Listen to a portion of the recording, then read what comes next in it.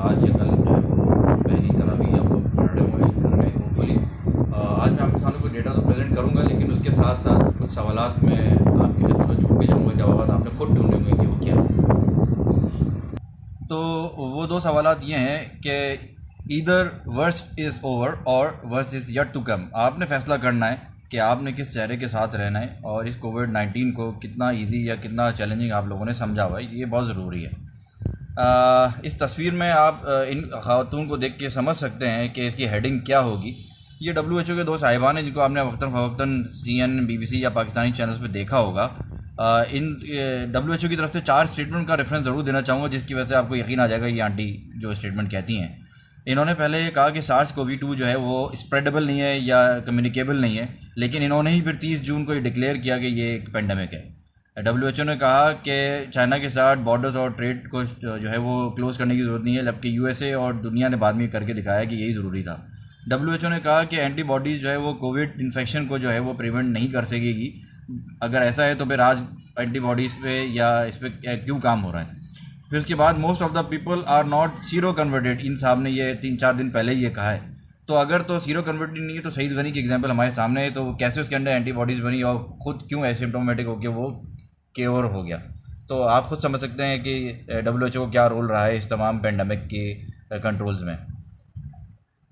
अब मैं आपके सामने जो है वो उम्मीद की एक किरण ज़रूर शेयर करना चाहूँगा, जहाँ पे इतना ज़्यादा डिप्रेशन एंजाइटी है उन लोगों के लिए, लेकिन उसके साथ साथ कुछ कंसर्न्स भी हैं जो आपके आगे आपको बताना चाहूँगा। ये साउथ एशिया का डेटा है 20 अप्रैल तक का कोरोना वायरस या कोविड-19 का। ये इंडिया, पाकिस्तान, बांग्लादेश, अफगानिस्तान, श्रीलंका, भूटान, नेपाल और मालदीव के आप केस देख सकते हैं। ये टोटल केस बनते हैं तकरीबन 30,627 केस 20 अप्रैल तक, जबकि अमवात जो हैं यहाँ पे सिर्फ 890 हुई थी 20 अप्रैल तक। अब दुनिया में अगर आप कंपेयर करेंगे तो 24.5 लाख जो है वो केसेस हो चुके थे 20 अप्रैल तक, जबकि अमवात जो हैं वो 1,67,000 हो चुकी थी। अब अच्छी बात यह है कि साउथ एशिया जो है वो दुनिया की 25% आबादी को जो है वो कंट्रीब्यूट करता है, इस लिहाज से इसकी आबादी जो है वो 1.8 बिलियन बनती है, लेकिन केसेस जो है वो सिर्फ 30,000 जो है वो रिपोर्ट हुए। अमवात जैसे मैंने आपको बताया तकरीबन 900 थी। अब इसके पॉसिबल फैक्टर्स क्या क्या हो सकते हैं, मैंने आपको पिछले एपिसोड में भी बताया कि हो सकता है BCG वैक्सीनेशन का कोई रोल हो सकता है यहाँ की इम्यूनिटी जो है ज़्यादा स्ट्रांग हो, यानी कि नेशनल किलर सेल्स का जो है रोल वो ज़्यादा इफेक्टिव आ रहा हो। जेनेटिक इशू हो सकता है हमारी नस्लों में इन तमाम जनूबी एशिया की ममालिक के दरमियान, और कोई वायरस की स्ट्रेन का भी फ़र्क हो सकता है। जैसे सुनने में आ रहा है कि ये म्यूटेटेड फॉर्म है जो कि वायरस यहाँ पे इन्फेक्शन फैला रहा है, लेकिन अगेन ये सारे पॉसिबल फैक्टर्स है। अभी कुछ डेटा जो है वो वसूख के साथ नहीं प्रेजेंट किया जा सकता। एक और चीज़ जो कि कंसर्न हो सकती है, पाकिस्तान में R0 जो है वो 2.5 है। R0 जो है वो किसी भी एक इंसान की दूसरे इंसान में वायरस फैलाने की या बीमारी फैलाने की कैपेबिलिटी होती है, यानी पाकिस्तान में एक इंसान 2.5 लोगों को जो है वो इन्फेक्ट कर रहा है। ये ख़तरनाक बात है। इसको 0.9 तक होना चाहिए, यानी एक के पीछे तक या एक के अंदर तक होना चाहिए कि यार एक इंसान जो है वो एक से ज़्यादा इंसान को इन्फेक्शन ना फैलाए। तो मैं आज आपके साथ कोविड-19 पाकिस्तान में डबलिंग टाइम शेयर करना चाहता हूँ। पाकिस्तान में पहला केस 26 फरवरी को आया, 27 फरवरी को 2 केस हो गए, 29 फरवरी को 4 केस हो गए, यानी हर एक दिन बाद केसेस डबल होते रहे। लेकिन अब आपने देखा कि लॉकडाउन गवर्नमेंट ऑफ पाकिस्तान ने या सिंध गवर्नमेंट ने अनाउंस किया 17-18 को। अब 18 मार्च को केस थे 307, डबल होने में टाइम लग गया 22 मार्च तक का, 6 दिन लगे डबल होने में। यानी जो इन्फेक्शन पहले एक दिन में डबल हो रहा था, लॉकडाउन की वजह से इम्पैक्ट ये आया कि वो 6 दिन में डबल हुआ। उसके बाद आप देख सकते हैं कि 19 तारीख के बाद 23 मार्च को डबल हुआ, 450 से लेके 900 तक का सफ़र जो है वो 6 दिन में तय हुआ। अच्छा, अब आ जाए लॉकडाउन जब हल्का होने की या रिलैक्स करने की बात की जा रही थी, तो उस वक्त हुआ क्या। पहले हम ये देख लें लॉकडाउन का इम्पैक्ट क्या हुआ। 23 मार्च से लेकर 30 मार्च तक ये 10 दिन में नंबर डबल हुए, यानी यहाँ पे 6-6 दिन तक जो है वो डबल हो रहे थे। उसके बाद यहाँ पे जब हमने लॉकडाउन शुरू किया तो इसका इम्पैक्ट यहाँ पे नज़र आया कि जो डबलिंग 6 दिनों में हो रही थी वो 10 दिनों में हो गई, यानी 875 से 1700 केसेस आए। उसके बाद आप देख लें 6 अप्रैल से लेकर 17 अप्रैल तक 7,000 केस हुए, 3,500 से लेकर 7,000, ये भी 10 दिन में हुए।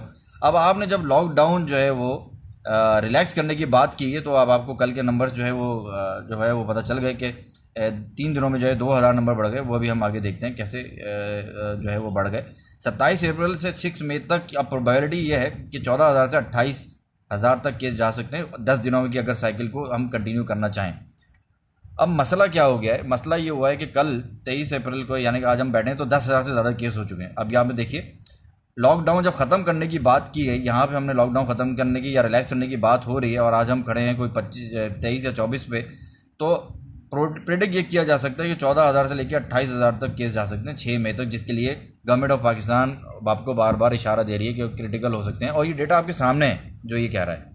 लेकिन अगर हम इस बात पे कि केयर बिल्कुल नहीं करेंगे और इसको ईजी लेंगे, जैसे कि मार्केट्स में रश होना शुरू हो गया है, तो अब देख सकते हैं यहाँ पे नंबर, अब अगले 2-3 दिनों में आपको अंदाज़ा हो जाएगा कि लॉकडाउन रिलैक्स करने का नुकसान क्या क्या हो सकते हैं।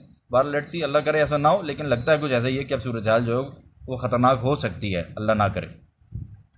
अच्छा, अब मैं आगे जो बात कहना चाह रहा हूँ वो बड़ी सोचने की है, लेकिन बस अल्लाह करे कि उस पर कोई फतवा ना लग जाए मेरे ऊपर, लेकिन बता वो कंसर्निंग बात है, आपके साथ शेयर करना ज़रूरी है। सऊदी अरब ने खाने काबा में, मदीना मुनव्वरा में पाबंदी लगा दी नमाजियों के आने पे, उम्रे पे, तवाफ़ पे, नमाज़ों पे, इवन एक अब तरावी पे, और उसके अलावा रोज़ा अफ्तार करने पे भी वहाँ पे पाबंदी लगा दी है। लेकिन हमारे यहाँ माशाल्लाह मैं क्या बताऊँ, इन्होंने ये फ़ैसला कर लिया अब तो मस्जिदें खुलेंगी, नमाज़ें भी होंगी, तरावी भी होंगी। कल इन्होंने, इन साहब ने फरमाया कि मैं अपनी नमाज जो है ये और ये साहब जो है घर में पढ़ेंगे। अब ये कहने का मकसद है कि भाई आप तो हो गए महफूज, अब जो नौजवान को आप कह रहे हैं कि मस्जिद में जाकर नमाज़ पढ़ो, वो वहाँ से वायरस लेके आएगा अपने घर में, जो आपकी उम्र के आपके पेरेंट्स होंगे, तो आप चाहते हैं कि वो मर जाएं। ज़रा ये सोचने वाली बात है कि भाई अगर ये डॉक्टर्स कल बैठे हुए वहाँ पे ये बता रहे थे, तो इसमें कोई सीरियसनेस होगी, ये बेवकूफ़ तो नहीं है वहाँ पे बैठे होंगे। बस आपको किसी तरीके से अपना जो है वो मंजन बेचना है, किसी तरीके से कि दीन को बीच में लेके आ जाओ और लोगों के जज्बात से खेलो। ये जो नंबर जो बढ़े हैं, इसकी कोई वजह होगी ना, 10,000 केस हो गए अचानक, जो है वो 2-3 हज़ार केस कैसे बढ़ गए, ये वजह ना, रिलैक्सेशन हुई, लॉकडाउन ख़त्म हुआ। दूसरी तरफ से जो है वो ताजिरों को भी तशवीश है, जाहिर है वो एक सोचने वाली बात है, उनका घर चलना है, उनका कारोबार चलना है, बहुत सारे लोगों की ज़िंदगियाँ उससे अटैच हैं, लेकिन ज़िंदगी होगी तो कारोबार होगा ना, लेकिन उसको कोई सोचने पर मजबूरी नहीं है। ऊपर से ये लोग बैठे हैं काफ़ी हैं, अब ये काम ही है फसाद करना। अभी चंदा मामू जो है वो मीटिंग्स करेंगे तो चांद पे फसाद हो जाएगा। बहरहाल कहने की बात यह है कि भाई ये तो अपना अपने अकीदे की बात है, लेकिन ये जान है तो जहाँ है, मैंने पहले भी कहा था, जो महफूज है, जो महदूद है वही महफूज है। हमें इस को बड़ा क्रिटिकली एवेलुएट करना पड़ेगा, अदरवाइज़ तो बड़ा मुश्किल हो जाएगा सिचुएशन को कंट्रोल करना। मैंने आपसे आज जो बातें शेयर की इसमें यह है कि भाई जनूबी एशिया में रिस्पांस बहुत अच्छा है, लेकिन इसका हरगिज़ ये मतलब नहीं कि हम रिलैक्स हो जाएं। हमें बड़ा क्रिटिकली इसको देखना पड़ेगा, हमें बड़ा केयरफुली लेके चलना पड़ेगा। अपनी नहीं तो अपने बुज़ुर्गों की फ़िक्र कीजिए और घर में रहिए और रमज़ान को अक़ीदत के साथ घर में मनाएं। Thank you very much, happy Ramzan. इंशाल्लाह अगली वीडियो में मुलाकात होगी। Thank you.